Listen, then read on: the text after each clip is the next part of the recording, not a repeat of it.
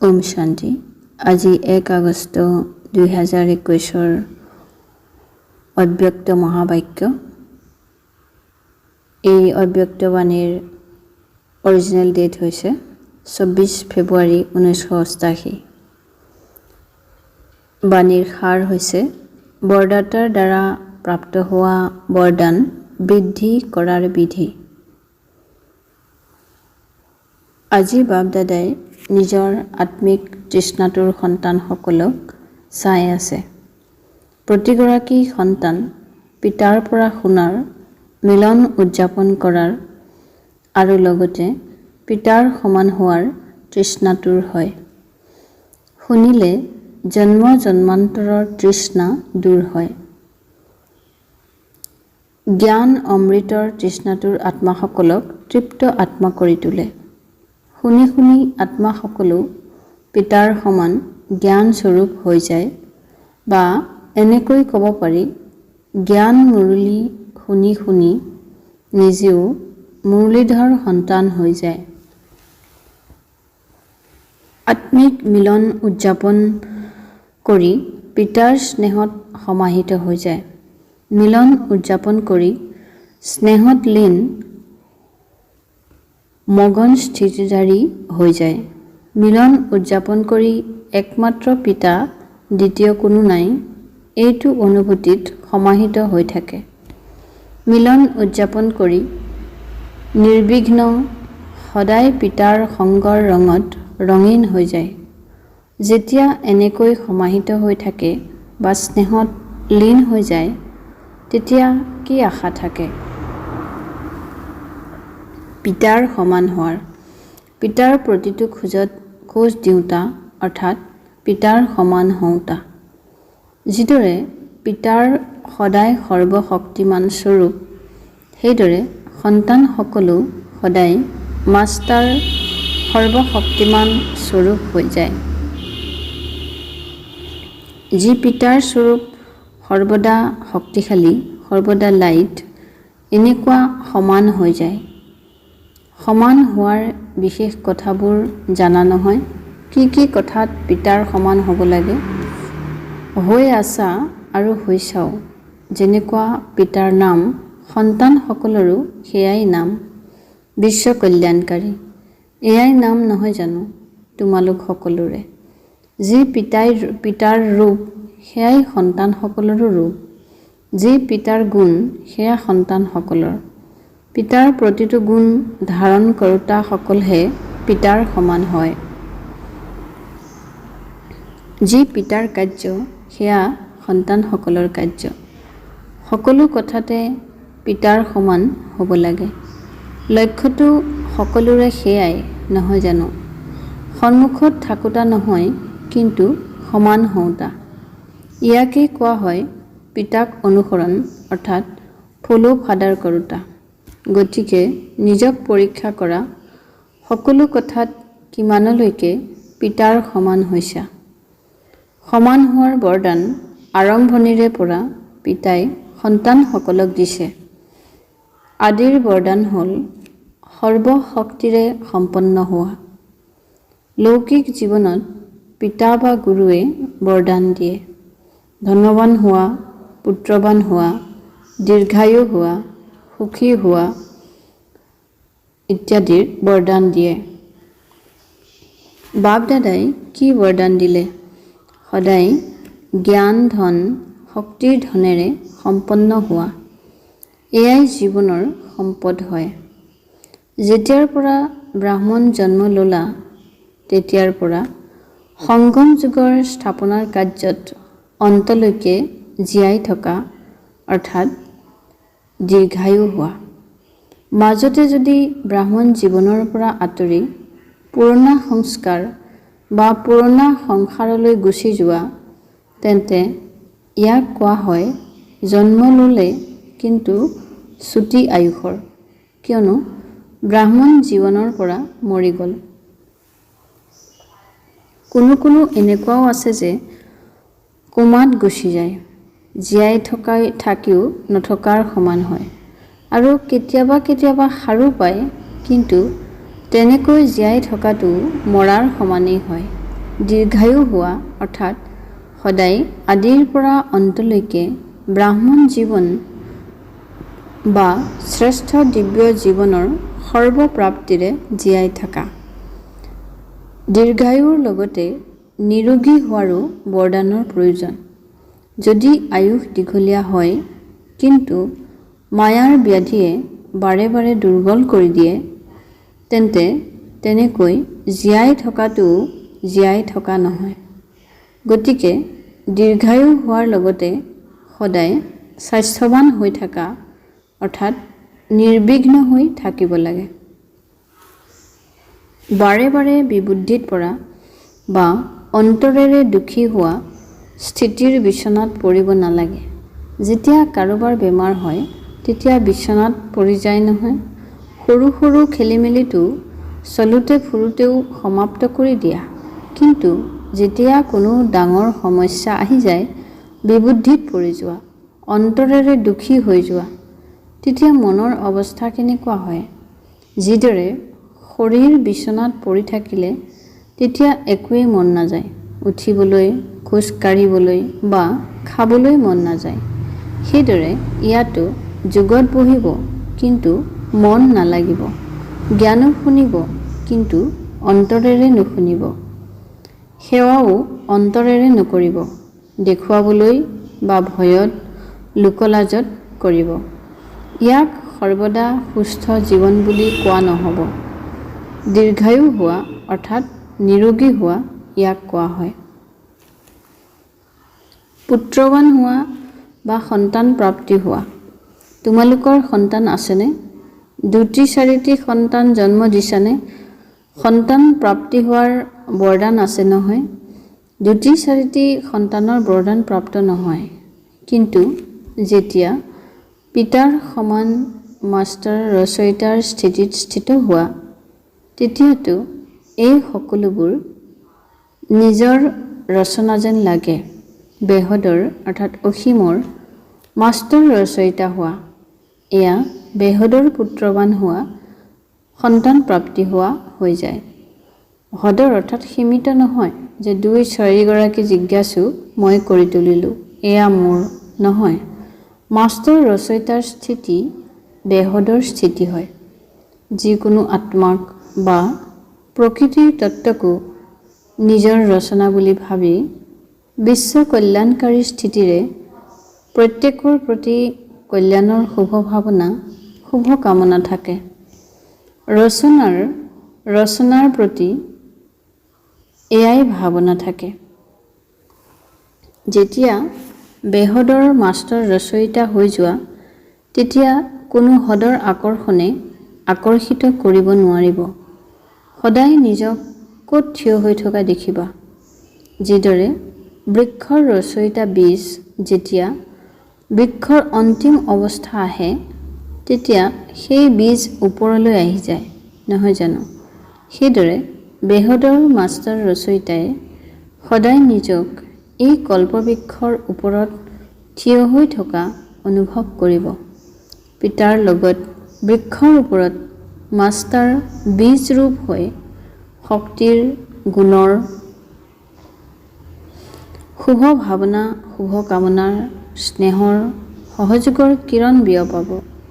যিদৰে সূৰ্য ওপৰত থাকে, তেতিয়া সমগ্ৰ বিশ্বত স্বতঃ কিৰণ বিয়পি যায়, নহয় জানো? সেইদৰে মাষ্টাৰ ৰচয়িতা বা মাষ্টাৰ বীজ ৰূপ হৈ গোটেই বৃক্ষক কিৰণ বা পানী দিব পাৰা, তেন্তে কিমান সন্তান হ'ল? গোটেই বিশ্ব তোমালোকৰ ৰচনা হৈ গ'ল, নহয় জানো? তেন্তে মাষ্টাৰ ৰচয়িতা হোৱা, ইয়াক কোৱা হয় পুত্ৰৱান হোৱা। তেন্তে কিমান বৰদান আছে? ইয়াকে কোৱা হয় পিতাৰ সমান হোৱা। জন্মতেই এই সকলো বৰদান প্ৰত্যেক ব্ৰাহ্মণ আত্মাক পিতাই দি দিছে। বৰদান প্ৰাপ্ত কৰিলা নহয়নে? নে এতিয়াও পাবলৈ আছে? যেতিয়া যিকোনো বৰদান কোনোবাই প্ৰাপ্ত কৰে, তেতিয়া বৰদানৰ লগতে বৰদানক কাৰ্যত লগোৱাৰ বিধিও শুনোৱা হয়। যদি সেই বিধি পালন নকৰে, তেন্তে বৰদানৰ লাভ ল'ব নোৱাৰে। গতিকে বৰদানটো সকলোৱে প্ৰাপ্ত কৰিছে, কিন্তু প্ৰত্যেক বৰদানক বিধিৰে বৃদ্ধি প্ৰাপ্ত কৰিব পাৰে। বৃদ্ধি কিদৰে প্ৰাপ্ত কৰিব পাৰে তাৰ সকলোতকৈ সহজ আৰু সৰ্বশ্ৰেষ্ঠ বিধি এইটোৱেই, যেনেকুৱা সময় সেই অনুসৰি বৰদান যাতে স্মৃতিলৈ আহে, আৰু স্মৃতিলৈ আহিলে সমৰ্থ হৈ যাবা আৰু সিদ্ধিস্বৰূপ হৈ যাবা।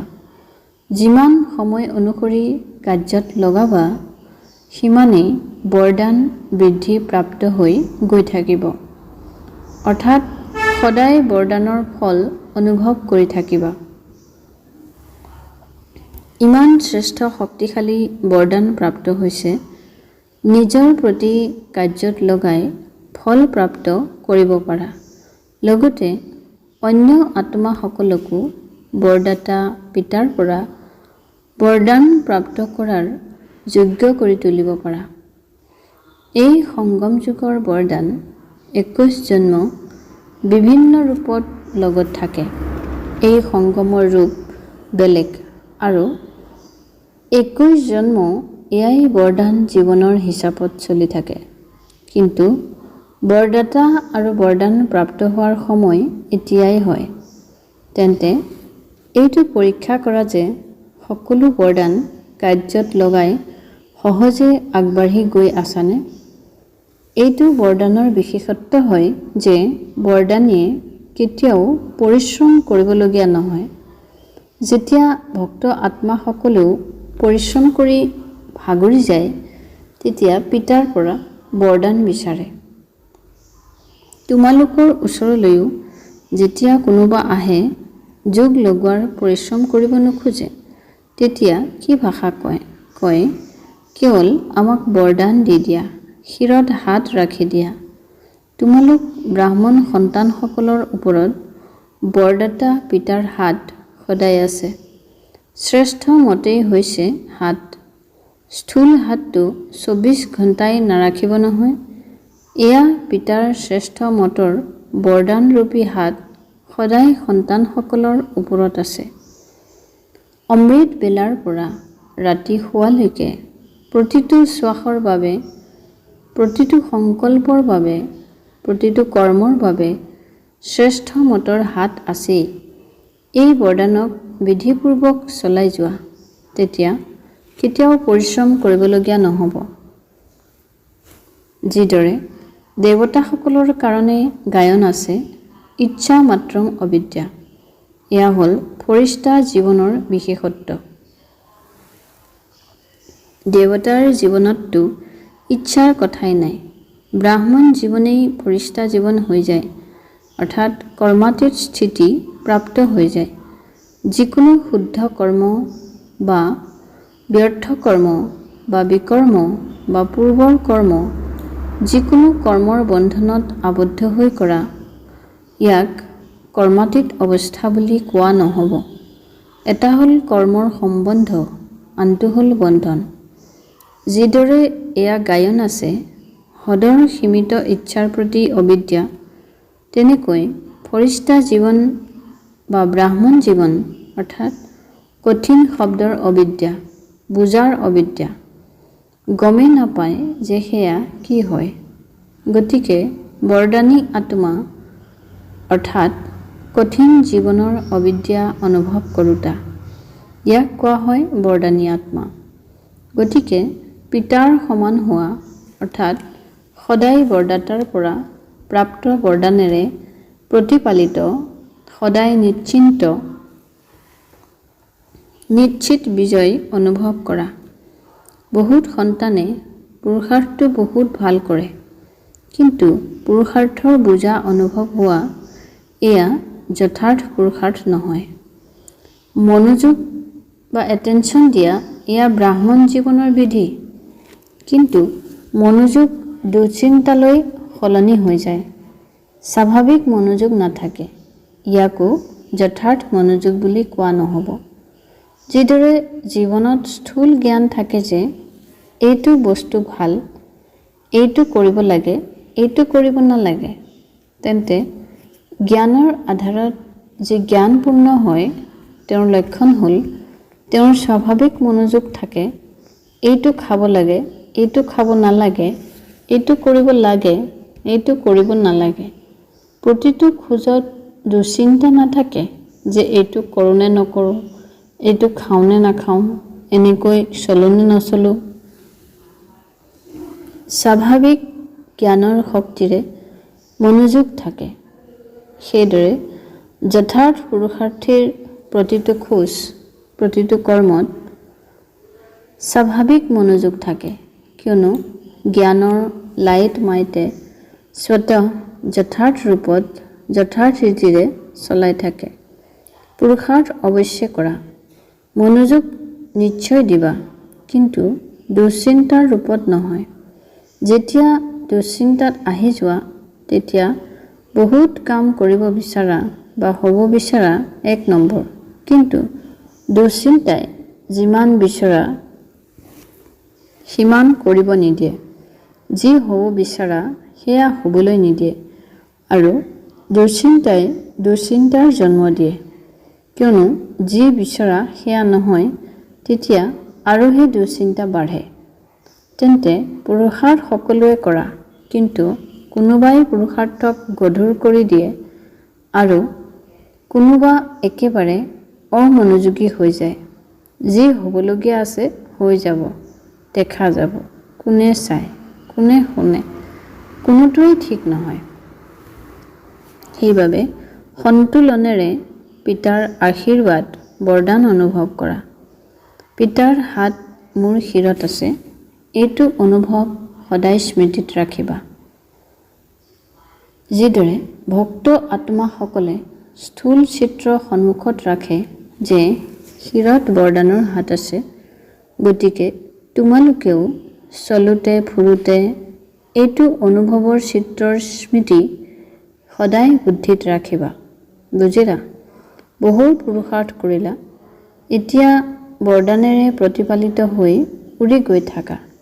পিতাক জ্ঞানদাতা বিধাতাৰ ৰূপত অনুভৱ কৰিলা, এতিয়া বৰদাতাৰ ৰূপত অনুভৱ কৰা।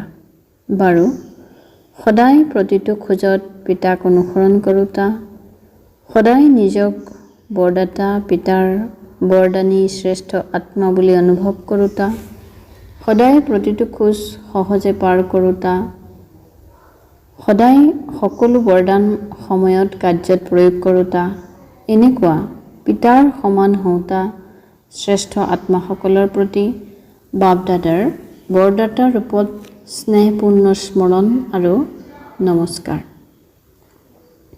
বাপ-দাদালৈও আমাৰ সন্তানসকলৰ স্নেহপূৰ্ণ স্মৰণ আৰু নমস্কাৰ। মুখ্য মহাৰথী ভাতৃসকলক সাক্ষাৎ। জন্মৰে পৰা কিমান বৰদান প্ৰাপ্ত হৈছে, প্ৰত্যেকৰে নিজৰ নিজৰ বৰদান প্ৰাপ্ত হৈছে। জন্মই বৰদানেৰে হৈছে, নহ'লে আজি ইমান আগবাঢ়িব নোৱাৰিলাহেঁতেন। বৰদানেৰে জন্ম হ'ল, সেইবাবে আগবাঢ়ি গৈ আছা। পাণ্ডৱৰ মহিমা কম জানো? যদি প্ৰত্যেকৰে বিশেষত্ব বৰ্ণনা কৰে তেন্তে কিমান আছে, এয়া যি ভাগৱত ৰচি থোৱা আছে সেয়া হৈ যাব। পিতাৰ দৃষ্টিত প্ৰত্যেকৰেই বিশেষত্ব আছে, অন্য কিবা দেখিও নেদেখে, জানিও নাজানে। গতিকে বিশেষত্বই সদায় আগবঢ়াই লৈ গৈ আছে আৰু আগবঢ়াই লৈ গৈ থাকিব। যিসকল জন্মৰে পৰা বৰদানী আত্মা, তেওঁলোক কেতিয়াও পিছ হুহুকিব নোৱাৰে। সদায় উৰুটা বৰদানী আত্মা হোৱা। বৰদাতা পিতাৰ বৰদানে আগবঢ়াই লৈ গৈ আছে। পাণ্ডৱ গুপ্ত হৈ থাকে, কিন্তু বাপ-দাদাৰ অন্তৰত সদায় প্ৰত্যক্ষ হয়। যদি ভাল ভাল পৰিকল্পনাটো পাণ্ডৱেই কৰে, শক্তিসকলে স্বীকাৰ কৰে, কিন্তু চমৎকাৰিতাটো আনতাৰ হয়। যদি আনতাই নানেই তেন্তে স্বীকাৰ কি কৰিব? সেয়েহে পাণ্ডৱসকলৰ বিশেষ নিজৰ বৰদান আছে। স্মৃতি আৰু সেৱাৰ বল বিশেষ প্ৰাপ্ত হৈছে। স্মৃতিৰ বলো বিশেষ প্ৰাপ্ত হয় আৰু সেৱাৰ বলো বিশেষ প্ৰাপ্ত হয়। কিয়? তাৰো কাৰণ আছে। কিয়নো যিয়ে যিমান আৱশ্যকতাৰ সময়ত কাৰ্যত আহিছে তেওঁলোকৰ বিশেষ বৰদান প্ৰাপ্ত হৈছে। উদাহৰণস্বৰূপে আদিত যেতিয়া স্থাপনা হৈছিল তেতিয়া তোমালোক পাণ্ডৱসকল নিষ্ক্ৰিয় আছিলা, সক্ৰিয় নাছিলা। শক্তিসকল উদাহৰণ হ'ল আৰু তেওঁলোকৰ উদাহৰণ দেখি বাকীসকল আগবাঢ়িল। গতিকে এই আৱশ্যকতাৰ সময়ত উদাহৰণ হ'ল। সেইবাবে যিমানে যিয়ে আৱশ্যকতাৰ সময়ত সহযোগী হৈছে, জীৱনৰেই হওক সেৱাৰেই হওক, তেওঁলোকে নাটক অনুসৰি বিশেষ বল পায়। নিজৰ পুৰুষাৰ্থ আছে কিন্তু অতিৰিক্ত বল পায়। বাৰু সেৱা কৰিলে যেতিয়া সকলো আত্মা আনন্দিত হয় তাৰো বল পোৱা যায়। যিসকল অনুভৱী আত্মা আছে তেওঁলোকৰ সেৱাৰ আৱশ্যকতা আছে। কিয়নো যিসকলে সাকাৰত পালনা ল'লে তেওঁলোকক দেখি সদায় পিতাহে স্মৃতিলৈ আহে। যেতিয়াই তোমালোক অৰ্থাৎ দাদীসকল ক'ৰবালৈ যোৱা তেতিয়া বিশেষকৈ কি সুধিব? চৰিত্ৰ শুনোৱা, পিতাৰ কিবা কথা শুনোৱা, তেন্তে বিশেষত্ব আছে নহয়। সেইবাবে সেৱাৰ বিশেষত্বৰ বৰদান প্ৰাপ্ত হৈছে।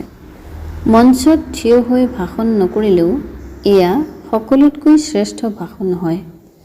চৰিত্ৰ শুনাই চৰিত্ৰৱান হ'বলৈ প্ৰেৰণা দিয়া এয়া সকলোতকৈ শ্ৰেষ্ঠ সেৱা। গতিকে সেৱাত যাবই লাগে আৰু সেৱাৰ নিমিত্ত হ'বই লাগে। ভাল বাৰু। বৰদান হ্ৰদৰ অৰ্থাৎ সীমিত দায়িত্বক বেহদলৈ অৰ্থাৎ অসীমলৈ পৰিৱৰ্তন কৰোঁতা স্মৃতিস্বৰূপ নষ্টমোহা হোৱা। ভাৱাৰ্থ: নষ্টমোহা হ'বৰ কাৰণে কেৱল নিজৰ স্মৃতিস্বৰূপক পৰিৱৰ্তন কৰা। মোহ তেতিয়া জাগে যেতিয়া এইটো স্মৃতি থাকে যে মই গৃহস্থী হওঁ, মোৰ ঘৰ, মোৰ সম্বন্ধ। এতিয়া এই হ্ৰদৰ দায়িত্বক বেহদৰ দায়িত্বলৈ পৰিৱৰ্তন কৰি দিয়া। বেহদৰ দায়িত্ব পালন কৰিলে তেতিয়া হ্ৰদৰ স্বতঃ পূৰা হৈ যাব। কিন্তু যদি বেহদৰ দায়িত্ব পাহৰি কেৱল হ্ৰদৰ দায়িত্ব পালন কৰা তেন্তে তাক আৰুহে বেয়া কৰা। কিয়নো সেই দায়িত্বত মোহ মিহলি হৈ যায়। সেয়েহে নিজৰ স্মৃতিস্বৰূপক পৰিৱৰ্তন কৰি নষ্টমোহা হোৱা। শ্লোগান: এনেকৈ তীব্ৰতাৰে উৰা যাতে কথা বা পৰিস্থিতিৰূপী ডাৱৰ ছেকেণ্ডত পাৰ হৈ যায়। ওম শান্তি।